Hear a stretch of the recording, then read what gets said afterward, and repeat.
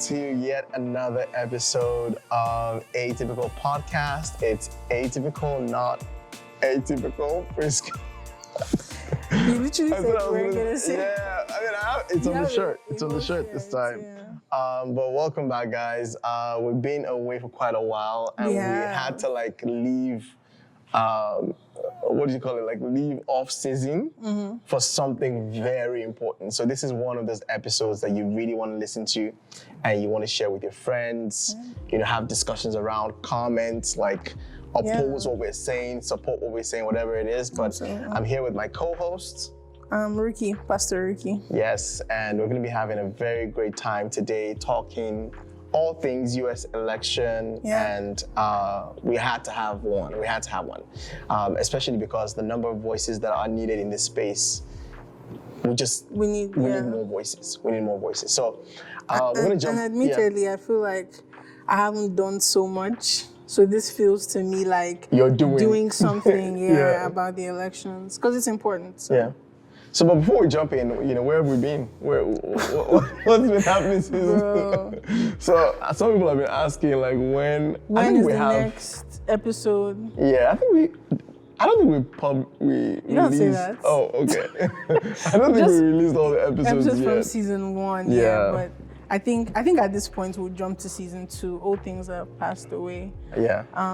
But I think I was a different person now than I was when we met. In what ways? Oh, you're a group pastor now. Not even that. A subgroup pastor. No, it's not that. Okay. I just feel like so much life has happened. And you've matured. I feel like there's been a lot of growth. Oh, a lot of That's growth beautiful. for me in the last few months. That's beautiful. Wasn't it last? Yeah, I think it's been at least 9 months since we last it's been 9 months. Like reported. A whole child would have been born by now. Yeah. So I feel like I've definitely grown a lot. What about you? It's been an amazing year. It's been an amazing year for me. I think I agree as well. A lot has changed in the past, since January up until now. So it's really exciting to even seeing newer versions of yourself is always a beautiful thing, and much to celebrate on that I think front. another thing too that I've also enjoyed is running into people that listen to a typical podcast. Right. And then having people tell me that my episode was their favorite. Or my episode. I actually had someone that I said. think I should shout out a few really great listeners. Okay, you should. All right, so we have Dr. Ayer. Dr. Ayer is one of our biggest fans, so thank you for your support. Who else can you think of? I think Nene. Nene's a top fan as well. Namdi actually. Really? Namdi from Nigeria. He's watched, listened to every single thing multiple times. Wow. Yeah, we have quite some. And I think someone DM'd me, from Canada. Wow. Yeah, someone DM'd me. I was like, I listened to the podcast. I think I don't know if they said that, but I took that. They're like, I think you're so cool. I think that's what I took from the message. But they really seem to enjoy. That's amazing. Yeah. So thank you to everyone that's been, listening to us, commenting, sharing. I think it's the little family or community that we're building around Atypical Podcast is slowly growing. We need to do more though. Really, excited about it. So, But now, right into today's topic, we're talking U.S. elections. And just to be clear from the get, this discussion, we're really addressing it at people that potentially are on the fence. Because we know there's some people that, and we'll talk about that, but there's a way these conversations go. People have their minds made up on both sides, and it just becomes a meaningless back and forth, So we're really addressing specifically Christians, possibly even more specifically young Christians, who are on the fence and are not quite sure if they want to vote at all or along what lines they should vote. So this is really more of a Christian perspective. Right. I heard a statistic that about 49% of evangelical Christians are deciding not to vote or are on the fence. And I think that's a staggering number, Yeah. right? So it's something definitely to address. And even those that are voting are not even happy with the choice that they've made. Yeah. Some of them have decided to vote, but they're not exactly excited about it. Someone said something, I don't know how true this is. I think this was from Lecrae's podcast, because he also released an episode recently, and someone had mentioned something that if all the people of faith in this country voted and voted along the lines where they would historically vote, Trump is clearly the winner. Right. But we're not really seeing that the case. Yeah. So yeah, let's talk about it. So first thing that I've heard a lot of, I want us to start with this one. I've heard a statement, so this is, prompt and we discuss that thing. I've heard a statement, it doesn't matter who's president, Jesus is king. What do you think about that? I mean, just on the premise of it doesn't matter who's president, Jesus is king. I think, yeah, he's always going to be king, Yeah. right? But then when you say It like, doesn't what matter. is it? Yeah. Right. So I guess that's what I'm asking. Like, what do you mean it doesn't matter? Like Jesus will always be king. Yeah. But I think It sounds like a cop-out to me. It sounds like a way to justify apathy. Now, I don't know that that's what everyone that says it means, so don't get me wrong. Some people are probably voting maybe in a line that they wouldn't have voted Yeah. for someone because actually, No, some people are anti one let me tell party you a or the story. other. Let me tell you a story that's kind of paints, because we all see the world from our perspective and our experiences, right? What paints my negative image of that statement is I had a conversation with a coworker a few years back during COVID, and she was advocating for the mRNA vaccines and all that stuff, and I started asking her some questions about the vaccines, and she was stumped. She realized that she did not know a lot, and then she made a very interesting statement. She said she's a Christian, that these things have been prophesied already in the book of Revelation, that you just have to flow with it. And I thought that was a bit of a weird stance to have. That kind of like, so I'm hoping that that's not what people mean when they say Jesus is king. Like, it doesn't matter what I do. If I don't vote, if I vote, whatever the case, God is going to supernaturally intervene and really run I think that's the what show. they mean. Yeah, that's what I'm saying. Right, That's what I'm they concerned. mean. That's my concern. Yeah. That's my concern in that statement. And I think it's good. Yeah. I was gonna say that, and I said this to you before we started recording. I feel like a lot of Christians are not kingdom-minded. When I mean like we're from a kingdom, and the command that we have to enforce the kingdom where we are. And I think it's also a thing of even talking about apathy. It's like you have the luxury to be apathetic because you were born in a time of peace. Like you don't know that wars were fought for the peace that we enjoy now. In the same way, when I started to read about the early church, people died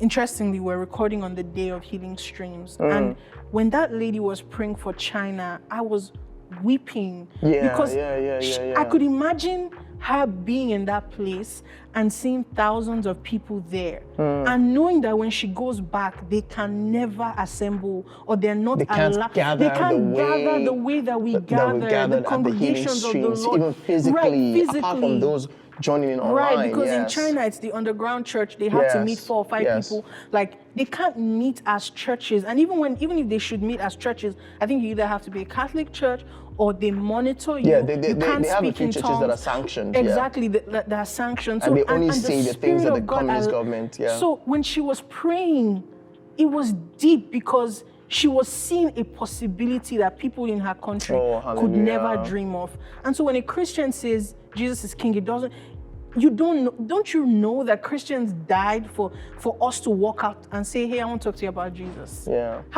We can't take that for granted. Yeah. And we can't think that there's no sinister, there's always, if he could wipe out every Christian, he would. If he could bring down, and we've sort of seen and I'm talking to people that are Christian, so you have to believe in Christian supremacy. Like you have to believe that our way is the way, and we can coexist with other people. I think that's the premise of Christianity, that we love everyone, but we enforce what we want because that's what the law. So I think if you have that in mind and you're voting, I think that can begin to help inform your voting. And even speaking about and I'm glad you took it, from that angle, speaking about even the action and the potency of the actions that we take kingdomward, we have to look throughout the scriptures. At many different points in time, God instructed human beings to act. And that idea that whatever the case, he'll take the wheel and correct things may not exactly be true. Because, think about God Almighty asking them to escape with Jesus. He couldn't protect his own son. Right. Why is he asking Joseph to escape? And why the angels informing, these wise men not to return by the way that they came? Look even into the Old Testament, the instructions that God told them in terms of battles that instructed them to fight. So I think that there is no room, there really isn't room when you look at it in the scriptures for standing idly by and saying that God would, all things work together for good. That's not what that scripture is about. Right.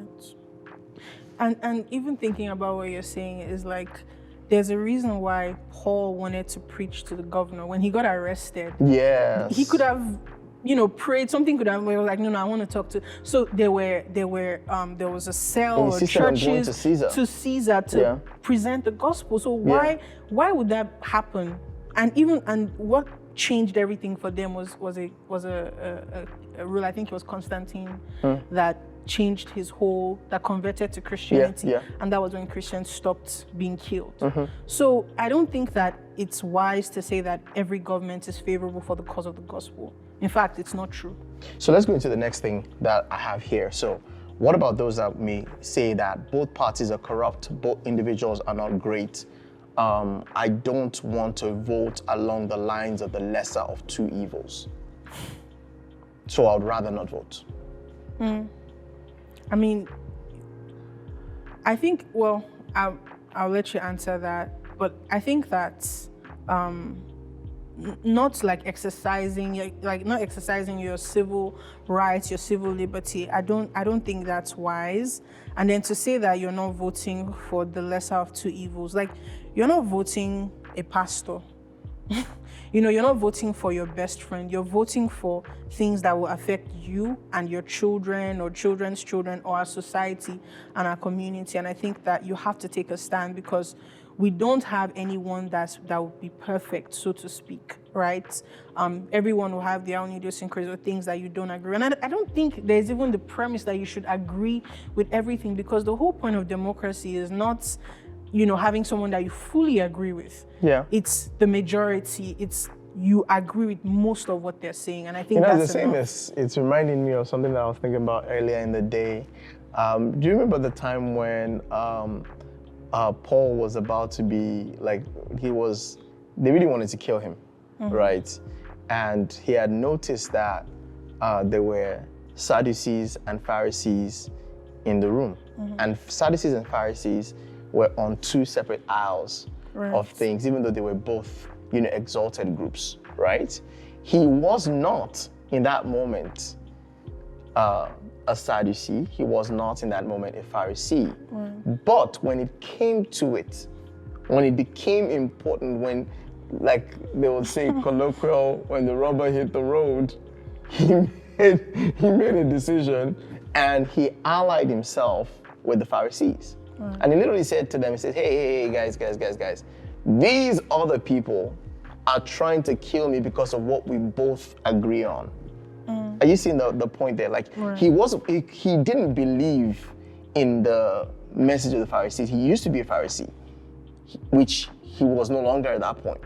But when it was important, when a very important decision needed to be made, he said to them, hey, they're trying to kill me because we both agree in the resurrection of the dead, which they don't believe in. And all of a sudden, the tides shifted, right, in his favor in that instance, right? But he latched onto the point of agreement between he and them. He didn't choose, he didn't say, if I pick the Pharisees, it would be the lesser of two evils, so I'd rather not pick. Right. It was a matter of life and death. Yeah. So I mean, I think that yeah, like you can't. This election is so crucial. The things that happen. That's what I mean. That's what I mean by you like, recognizing a moment of matter of life and death. I think, but what you're saying now, let me say it before you say it again, right?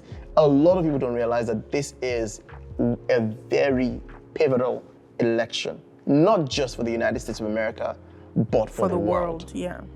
And it cannot be taken with levity at all. Right. It cannot. There are many things that have been inching in a particular direction, and they're about to hit a tipping point. And we'll talk about some of those things. But yeah. I mean, yeah, I was going to agree with you that I think these elections, in fact, I was talking to someone, actually we had gone to visit someone who had just given birth, and we're talking and, you know, about like certain things that were happening with like the school system and everything. And he was like, man, like you don't think about this thing until you have kids. So people don't vote in state elections, you know, for their state, you know, assembly or their city council. City council. Like you don't vote for those things. Why? But then when it's time that you have a child, when you have a bigger stake, maybe you own a business, and now you're seeing that your business can barely make it because tax. So it's like most people, like at that point, I think you then realize the mistake in not voting. And in fact, if you look at, you know, voting records for people that are 90s or 80s, I don't know this for sure, but I can assure you that they probably always exercise their rights. One, either because maybe they grew up seeing parents that did not have the ability to vote, or two, because they were in this country at a time where we didn't have the prosperity that we have. You know, they grew up hearing stories of war. So it's like there's like I said earlier, like it's a kind of ignorance, and it happens to children or, you know, generations that are born in a time of peace. They take for granted the peace. They take for granted the freedoms that we have because they didn't have to fight for it. Yeah. So to a very important point though, I'm sorry, I had one more thing, and I had asked a question getting ready for this. I said, would Jesus have voted? And I think like he if would Jesus have. was in 2024, and like you said, there's no perfect candidate, there's no perfect party.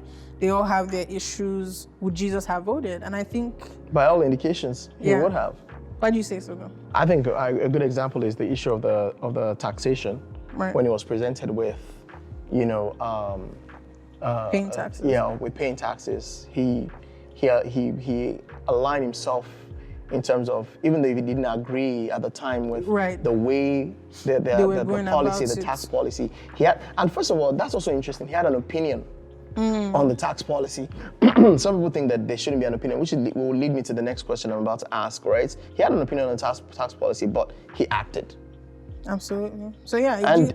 We were also mentioning earlier that, you know, when his parents, there was a census. With the census. They literally traveled to go and be counted. So by all indications, they definitely followed the civil, you know, the rules and stuff of that time, and, you know, exercised their civil liberties. And in fact, Paul as well, like when it came down to Paul, like, hey, I'm a Roman citizen, you can't just kill.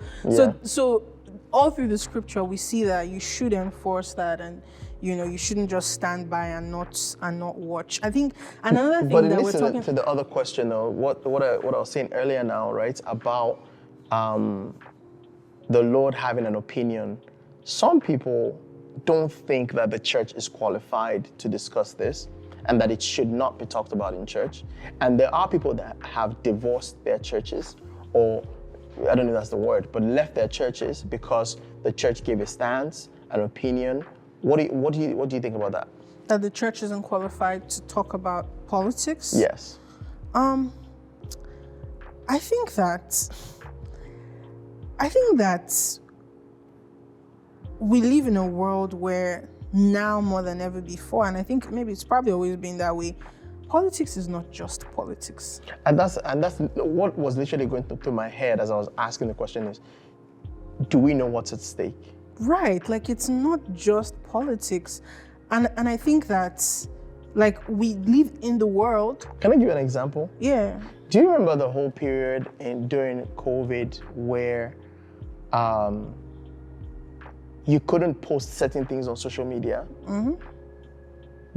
If you didn't agree, if you posted anything of this inclination, of this, leaning, your posts were flagged, They were removed flagged. even. Yeah.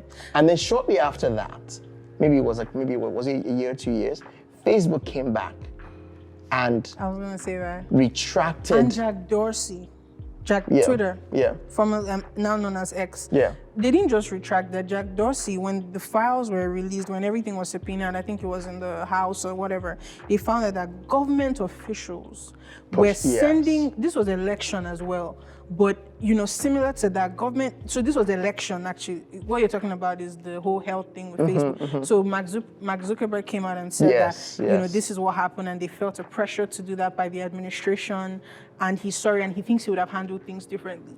Jack Dorsey, during the election, he was getting messages from the party telling him which posts to make go viral, which posts to suppress. So politics is no longer politics when people have things like that where they can, impinge on people's liberties and freedom of speech and stuff like that. But then I think we also live and exist in the world. Like there are countries where for you to be a pastor, And you see the church lives and exists in the world. In the world, yes. like we thank God that we can come and say, the Lord gave me a vision to reach these people. I'm going to start a ministry. I'm going to start a church. There are countries where you have to have a license to do that. And a license that stops you from saying things. Like if you're in certain churches or in certain countries, you can't say what you want to say. You're in countries like, Bolivia or Poland or Bulgaria, like countries like that, like you can't come out and preach. You can't share gospel. So when you can't share Bibles, when you say that we shouldn't decide, do you want us is it until we're living in that kind of world that you'll be happy? There's a key thing that Pastor had mentioned once, that's Pastor Chris had mentioned once, which I find very interesting. It says, those that are, now this can be debated to the ground, but those that are against the gospel feel like they are at war. Yeah, that's true. They really feel like they're at war. But imagine someone coming at you, feeling like they are at war and that you're the threat, because that's what war is. You're the threat to their existence, but you not being aware. Yeah. Just imagine that. Yeah. Like imagine someone coming to you, they believe that you're the threat to their existence, but you're like, hey, how are you doing? And you're like having coffee with them and you're smiling with them and they're smiling with you too. Yeah. It's like the devil is not an opponent, he's an adversary. He's an enemy. Like, so there are people. I didn't say that again. The devil is not what? He's not an opponent, he's an adversary. And there are people that think that the cause of the problem in their lives or in the society is the church. I remember listening to a lady. She said, why do you think, I think it was an abortion actually, Roe v. Wade. And she said, why do you think I have to live by the tales in your book of stories? Like, I don't have to live by that. And I said, I have to live by what you believe. So, and she was rude. That's disrespectful to my faith, to call the holy, I can't even call the Quran a book of stories. That's a holy scripture. And you said that my book of stories, you're not going to live by it, so I should live by your ideologies. And not just that, they organize, they prepare. And the Bible said, Jesus actually said it. He said, there's no neutral ground. He said, this is war. You're either working with us or you're against us. And so as a Christian, when you hear words like that, you have to vote. Because I really believe that God has an opinion about this election. I believe that God is not standing by and saying anyone that happens, it should happen. I really think so. And I think maybe we need to, talk about how a Christian will vote. Like how do they choose what to vote for, right? Like what to look out for. Yeah. And I think it's a perfect segue into what we're discussing now in terms of what are the matters that should be priority to us. Of course, I'll start. One of the matters that should be priority to us. Why? Because whenever you're talking election, you're talking about many different things. You're talking economics, you're talking about, financial state of the nation. You're talking about, there's a category that I want to give them, but things like climate, climate change, which is important. That's a big topic in this election. You're talking about things like, moral discussions like abortion. You're talking about, so there are many different factors, many things that you can discuss. What are the things that should be top of mind for the Christian? I always say something, right? If any one of us has half a sense, by now we know that everything in the media is a smoke screen. It is, yeah. There's nothing real. So I tell people this: you cannot drive your opinions, you cannot drive your position from their angle first. So someone says, "Oh, I'm going to listen to what both sides have to say, and then I'll decide what I want to do." It's unlikely they're telling the truth anyways. One, it's unlikely they're telling the truth. Two, you're listening to media houses that have been trained to push in a particular direction, an agenda, yeah. right? On both sides, right? So it may not be the wisest thing to say to start with them first, with their piece of information first. I think the best places to start are the things that matter to you as an individual. And I think it's important to emphasize this. In a democracy, the idea of a democracy is it's a government of the majority. Yeah. Meaning that even if, and we have to be mindful of this, that even if you feel like the majority is wrong, it's the government in which you exist. That's the government that we chose. Now, what do I mean by that? I'm saying in essence that sometimes people feel like, oh, I don't know enough, I'm not smart enough, I'm not sure if I'm right, I'm not sure if I'm not. That's the whole idea of a democracy, is that people with limited information or information in varying degrees are going to offer their opinion. And the very concept of that political means of running a nation says that every voice is valid. So if that's the case, what matters to me? What matters to me? I could be a student in school and maybe I don't know enough to care about certain aspects of society. Okay, what matters to me? I think that that's the first place to begin. Now, why am I saying that that's the first place to begin? Because as a Christian, that must be where we begin. Because for us as Christians, if there's one thing that we know from the gospel that has been handed to us and from the message of the Lord Jesus Christ, is that we always put his kingdom first. Well, I think you saying what matters to me, I didn't hear it in that way, because like maybe there's a way that you live your life that the kingdom matters the most to you. But what about Christians that the kingdom doesn't matter? Saying. So you're saying that what matters to them must exactly what matters to them must be what matters to the Lord. So if you're a student on campus, likely the cost of your schooling matters to you. Yeah. Likely your student loans matter to you, things like that. Right. But I'm not saying specifically now as Christians, we know that we've been called to not put our own desires first, but the kingdom of God first. And that begins to open several levels of discussion in things that we should be concerned about. What do you think? No, I think what you're saying is absolutely true. But then I'm also wondering, like, how does someone who hasn't had the opportunity to know about the kingdom and like know what matters to the kingdom the most, like how do they choose, right? So are you gonna say like, so what does that look like?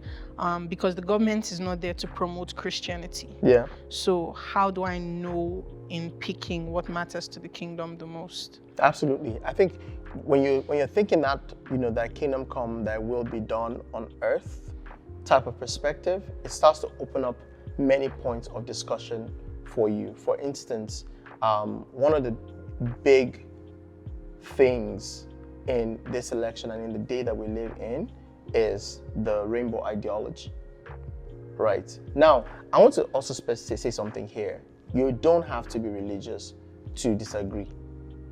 There are people that actually disagree with the concept of this push for the LGBTQIA thing becoming America's second religion or third religion, right? There are people that disagree with it that are not Christians. Yeah. That rationally process that this may not be the best line of action in terms of our general well-being as an organization. How much more a Christian. Yeah. I mean, we're living in a time where there's a push, and from one side of the aisle more than the other, that's from the liberal side of the aisle. And I'll talk a bit about what liberalism, because Pastor taught us something about how liberalism and conservatism can actually be seen in the scriptures in a way. And maybe we'll talk about that, right? But from a liberal perspective, this is a matter of human rights. Mm-hmm. It's a matter of, it's war. It is, yeah. And we're now at a point where if care is not taken, parents will not even be allowed to be involved in the choices that their children make, the permanent or semi-permanent choices that their children make about their genders or their bodies, their sex, whatever, however you want to call it. They're not going to be allowed to be a part of that decision. Yeah. And in thinking thy kingdom come, we have to be clear that's because you lose your ability to train up a child in the way that they you should lose go. it. Yeah. You lose it. Yeah. And that's and by the way, you know, I said earlier that it is an aggressive sense to which it is being pushed. Now, and I also think, I mean, this may seem a bit, much, but I think that for someone who's saying, well, what's wrong with someone loving who they want to love and marry who they want to marry? How does that affect you? Well, I think that it's not just that, right? Like, I think there's something more sinister about it. And I think where it started to be more open to me, aside from, someone meets a Christian and they say, oh, I think it's very sinister. The Bible says, the Bible speaks against it and is very clear on that. But as a Christian, if I were to see someone who was doing it, I probably would, like mind my business, or if they ask my opinion, tell them what the scriptures say and keep it pushing. But I think that where we start to draw the line, and I think is where we start to be, where we're starting to be told things that are lies. Like, I think the disillusionment, like a woman can become a man. We know that to be false. It's not true. And so I agreed with you that this is what you want to do with your life. I said, congratulations. Yeah, but you're now telling me. No, I also agree with you that you don't even feel like a man. You feel like you tell me that I should tell, like, do you understand? Like things that are fundamental scientific, so it's not enough. Basic facts. You're teaching me to lie. No, let's like talk about like the aggression in that. Right. That it's not enough that I agree with you that, because that's not what we're discussing here, by the way. That's a different day. It's not the topic of this discussion at all. Yeah. In terms of like, because someone is thinking, this is one of those people that say that gay people go to hell. We have not said that at all. That's not the topic of discussion, right? Let's just deal with the things that we can all easily agree on. You said this is how you want to live your life, and I said, fine, go ahead and live your life in that way. But you said, that's not enough. You must agree with me and celebrate me that this way that I've chosen to live is actually the right and the best way to live. And to say anything against and that, for me to say anything is an against, assault at me. Where I'm perfectly fine with someone saying, as Christians, Jesus was all the time. All the time. And so I think what I was saying about sinister is, I think where you start to cross into delusion, where you start to cross into lies, where you start to admit things that are actually problematic and not true. And I was saying that, if we go in the direction that we're going, people don't realize that they're not trying to stop there. It's now gotten to children, like you said, in places like California, you can have a kid in school who decides to agree, go with a different orientation. And the parents, they don't need to notify the parents that your child is now different, like things like that. Or if the parent visibly says, no, this is what I think you are, or this is what you, not even I think, this is what you are. And this is how, you're going to be raised and socialized. The parent can be separated from the child. That child. So it's like, at that point, you're losing your freedoms. At that point, you're losing the ability to parent a child because you don't agree with an ideology. I think never before has an ideology been so forced on so many people who don't want it. Yeah. It's like, so I think, and not just that, but like I said, I think it's even more sinister because they don't stop at, here's what we want to do. They want to convert more people. That's why I said it's almost like a religion. It's like a cult. Yeah. They don't want people to leave. They don't want people to share their salvation stories of how they gave their heart to Christ. Yeah. And I thought about this. I said, why is it that on Like Christmas? literally the moment that someone says, I used to be, transgender, I regret it, they're all in the comment section. Like, to hell with you. Right. No one asked you for this. Don't tell. Someone says, oh, I did a gender reassigning surgery and I regret it. This was the worst decision I ever made. Oh, we don't want to hear this. But they're like, That's the if valid you're opinion, so, I realized that it was less about freedom and more about telling you what to do and how to think. And so it's ridiculous to me. There was something I was thinking about something, but I think I just lost my. While you're remembering that, I've been saying this, that it's so strange to me that Christians, committed Christians like myself around my age group that have children, all are not, sending their children to public school has become not an option. Right. And this is crazy to me because you're paying money. 33% of your income is being taken away from you, on average, every month, to fund these systems. Yeah. And you have to now go through the expensive route of sending your child to a private Christian school or homeschooling your child, which is also expensive. Yeah. Right? Yeah. And you're left with no choice. Yeah. I don't know how Christians don't see that this means that in a matter of a few years, you're literally going to be a second-class citizen in your own country. And less than that, because they're not only pro-LGBTQ, they are anti-Christians. Yeah. Very deeply anti-Christians because, and continuing on the line. We saw the news recently, I don't know if you caught the news of some folks that were starting a Satanist organization in a school. Well, they claim that it's not really for Satan, that is more, like they painted it in a kind of way. Right. And it was praised. Yeah. Yet in the same environment, a student cannot say they want to start an organization around the Bible. I think what's even very, sinister about it is the attack on children and sexualizing children at a young age. Yeah. Like school's not the place, or 6 years, 4 years, it's not the place to start having those conversations. Yeah. Why are drag queens who were formerly to be in clubs and bars for adults, that was adult content. Yeah. Why is that? And something that is being exposed to entertaining that? for a child. Yeah. So I think when, just morally, and again, I don't even want to go into like scientific evidence of like prehistoric societies that were predominantly, gay and homosexual and pedophilic, and how all of that never really works in a society, leads to the crash of it. You can look up that, and how Rome began to, fall and, break down the civilization of Rome. So I think that when we live in a world like that, you have to realize that, again, as I said, they're not just pro something, they're anti something. Yeah. And I think a lot of it comes from maybe how they were treated in churches. The churches didn't accept them and they feel like we're the enemy. Yeah. And so we can't be apathetic. We can't fold our hands and say nothing is going to happen, because in a few years it will be in fact, even now, people are scared to say that this is wrong. And I believe what the Bible says about marriage. Again, because it's like taking what we have, the Bible said that, when Paul was talking to the churches, I forget which one, it says they have come, they were not one of us, but they came to spy out our freedoms. Like, the relationship between a woman and a woman is never a marriage. Why don't they just call that something else? But it's not just that, but it's also to water down what marriage really is.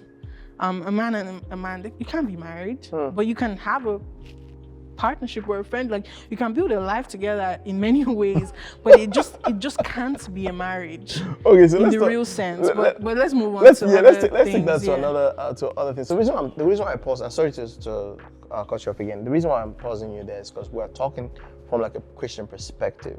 Okay. Right, and we're saying that for someone that's kingdom minded, we're saying there are things that you should look out for that are indicative of support for, or, you know, And another one that something I will against the say is kingdom. like freedom of speech. I think Great. there's been an attack on Great. like freedom of speech, but that's not what anyone is coming out to say that, hey, I'm pro freedom. No one is going to say Yeah, that. yeah. But I think, you know, there was something that Pastor did for us, like Pastor Chris did for us during COVID, in really exposing when he started to talk about the Prince of Assyria and Yeah. like how he works Yeah. and the things that happen. no It's one like, made it chirp. right, exactly. So it's like when you see like liberties, when you see an administration that says everybody must be vaccinated, or you're going to lose your job, you're not going to be able to socialize, you're not going to be able to eat. Like an experimental drug Yeah. that people no longer have choices. Even Yeah. God allows us to choose Jesus. Like, so it's like that sort of forcefulness. No, when- we have to press on that because this is important. Right. Yeah. So that sort of forcefulness, I think when you see when there's a lot of bias, there's a lot of lies and smoke screen. You're just not allowed to disagree. You're just not allowed to. Someone was saying something about how, you know, Trump was saying last time that the election was rigged. And he was saying that the last elections, Yeah. and he was saying that, well, do we have proof that the elections were rigged? No. But do we know that news media houses knowingly killed the Hunter Biden laptop issue that could have been a problem for Biden's administration, which was a problem for Biden's administration? Yes. So in that point, like when people are in cahoots to hide the truth, suppress the truth, lie, I think that when you see that, you know, at work, you have to sort of go against that. But then again, everybody... No, but Yeah. this is actually a very strong point to me.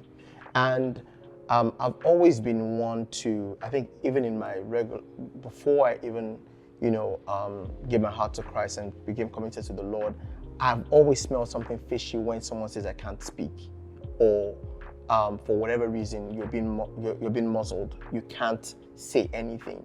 It is inconsistent with the rights of a human person. And you know, someone said something, and I think it was even pastor that said this, that when we're advocating for freedom of speech, we have to be ready for people to say things that we don't agree with. Absolutely. We have to be ready. Absolutely. So sometimes people say, oh, they're only doing it against, you know, the racist rhetoric. They're only doing it against hate speech. They're only doing it against people that say things. Okay, it now becomes a function of who defines hate speech, because soon enough, what you believe will be defined as hate speech, and you will not be able to even speak again. You won't even be able to say what do you understand what's happening? Like your mouth is so closed that you can't even say something's happening to me. Right. Like your voice cannot be heard. Right. And another question, do you know this thought came to me up today? Sorry to cut you off again. Yeah. This whole Facebook thing that we talked about, if matters did not roll out the way that they did, would they ever have come back? If things were not made public in the way that they were, would they ever have come back to say what we did was wrong? No, they exercised the liberty, they exercised the power, and they were very clear in communicating that they were pushed by the government, and it was a specific government that pushed. And that government is running again. Yeah. You know, I was thinking about when people said you have to police the social media. People can't just go on there and spew hate. You can't have neo-Nazis saying whatever. And then Elon Musk buys Twitter, changes it to X, and opens it for everybody to see. And I'm just like, is there more hate on this platform than there ever was? No. Everybody can say whatever they want to say, and it doesn't get suppressed. But I think that's the beautiful thing about America, is that you can be who you want to be. You can, right down next to a church, you can go and open Church of Satan. And like, that is the beauty of this nation, and we have to agree on that. You can do whatever you want, like, and you know, I mean, of course, within reason, but I think that's, you know, I was even having the same conversation. I said, I think apparently people that said certain things were now being penalized by Uber or something like that. And I was like, why is Uber penalizing? And the person said, well, Uber can decide which customer they want or which customer they don't want. I said, you know what, maybe, sure. But we should also have platforms that don't, and governments that don't, and even people, because think about this, right? When COVID happened and this government was in in power, doctors were coming out to say, hey, I don't agree with this. And we found this, and every everything one was of them was shut down to a different thing. And I think whether they were right or wrong, nobody should exercise that kind of power. Yeah. Because And that was amazing to me, because it really pains me when people come back and say, oh yeah, we didn't know. Yeah, you didn't know. Then because you did not know, you should not have exercised those liberties. right. That's why you're saying, oh, we didn't know enough, that's why. You can't chug it on that we didn't know enough, that's wwhy. Because you didn't speak like someone that didn't know enough, that's why. Right. You spoke like someone that had authority. Yeah. You spoke like someone that knew. And by virtue of that, you should be held accountable. Yeah. So I think freedom of speech, and when you see that, because freedom of speech is directly linked to the prosperity of the gospel, the spread of righteousness and salvation. Absolutely. Because we have to be allowed to go into quarters and offices Absolutely. and spread the gospel, and Absolutely. so that has to be pivotal and important for a Christian. Yeah. So Absolutely. I think that's something that's important. Now, well, let's take a bit of a detour, right? So maybe we'll come back to that. Some Christians know these things that we talk about, but their big thing is Trump is not a great person. Why would I vote for him? He's not a great person. He's only using the Christian rhetoric to gain Christian voters. He does not believe these things. He's not a Christian. And even if he claims he's a Christian, he's not a good one. Those are the same Christians that say, don't judge me. Does it what? I say, don't judge me. Only God can judge me. Only God can judge me. Those are the Christians that say that. I think anyone that says they're Christian should be allowed to say they're Christian and should be allowed to be extended Christian brotherhood or sister. Yeah, because, I was talking to the guys in church. I was talking to the ladies in church, and I said that assumptions are generally bad, but when we're in church, we have to assume that everybody loves God and we all love each other. It's a safe assumption and a healthy assumption to have. Yeah. So I think that if one person, whether Kamala or Trump comes out to say that they love God, I don't think we have the. It's just like I can't go and say this person is not born again. This person, by their fruits you shall know them. Someone said by their fruits you shall know them. But I think when it comes to that, if he says he is, and I think that there's also ample evidence from when he was president to show that he really did believe in the power of prayer. Yeah. He called prayer meetings. Yeah. He wished Christians Merry Christmas instead of Happy Holidays. Yeah. I think that's important as a Christian. Yeah. Why don't these things move us? Yeah. I was telling you that this last Easter the previous Easter. No, it was this Easter. This year. Christians were outraged that Joe Biden made the day of Easter trans visibility day, and he didn't wish Christians happy Easter, and Christians were so remember that. Never forget. We say that in this one, never forget. Because I think that is when someone shows you your hand, that is a lot. You have to believe them. Yeah. Joe Biden is a Catholic. Yeah. He says he's a Catholic. Yeah. On Easter Day, you didn't wait till Monday. Yeah. No, I don't think that was by mistake. That was it wasn't. intentional. It wasn't. And that's what we say about this sinister second religion thing, where you can't in the House, in the Congress, you can't go and put up a cross. You can't go and you can't do a Muslim moon, half moon or quarter moon or whatever, but you can paint it rainbow color. But the White House can turn rainbow. The Statue of Liberty can be rainbow. The streets are rainbow. But you can't. Why are you sponsoring that? It's weird. Because, and again, I think that it's not just about that. It's not just about what people do with their bodies. It's about control. Yeah. Even people that are in the community cannot speak out about things you can't, because you've been bought in. Yeah. It's about suppression of rights, of people's ability to think. Yeah. So I think that, when I say that it's really a sinister agenda, I really hope that Christians know that they don't intend to stop there. Yeah. Now it's with kids. Yeah. And it's like, how does a 4-year-old or a 5-year-old or an 8-year-old or a 13-year-old know who they are? Yeah. They're not even allowed to go to university. They can't drive. But they can make a life. They can't open a bank. Yeah, they can't themselves. without their parents. But Yeah. they can make life-altering decisions about them. They can't even undergo surgery without their parents. Yeah. But if their parents say no, this isn't right. And the people advocating for them that the best time to change your gender is early enough before puberty. There's no research You to use support puberty that. blockers so that you don't have to, you don't have to grow those parts to even begin with. And what shows you is that how many of those that use puberty blockers actually decide against it. That's to show you that it's not gender affirming, it's gender confirming or whatever, gender changing. Because it's like a girl feels like a boy. By the time she's on puberty blocker, she's far gone. Yeah. You're messing with endocrine, like, Yeah. you hormones that you don't have research to do.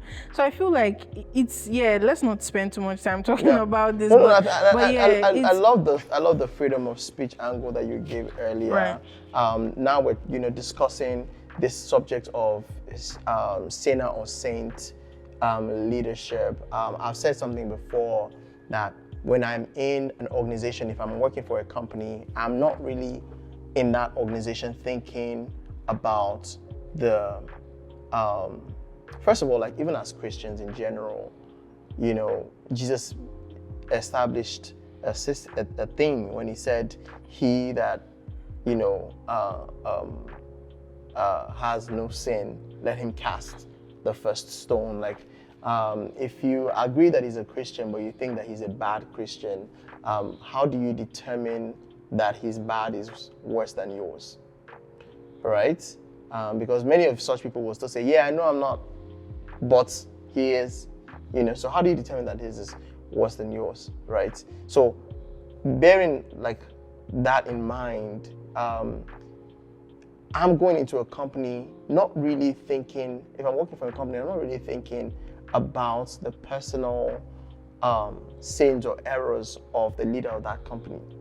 I'm concerned about in this organization for the purposes of the interest of the organization, be it the vision of the organization that I'm passionate about, or the money that I'm making from the organization. Absolutely. Whatever it is that the outcomes of the organization, is this person the best person to produce such outcomes? That's what everyone goes into a company thinking about. They're not going to a company.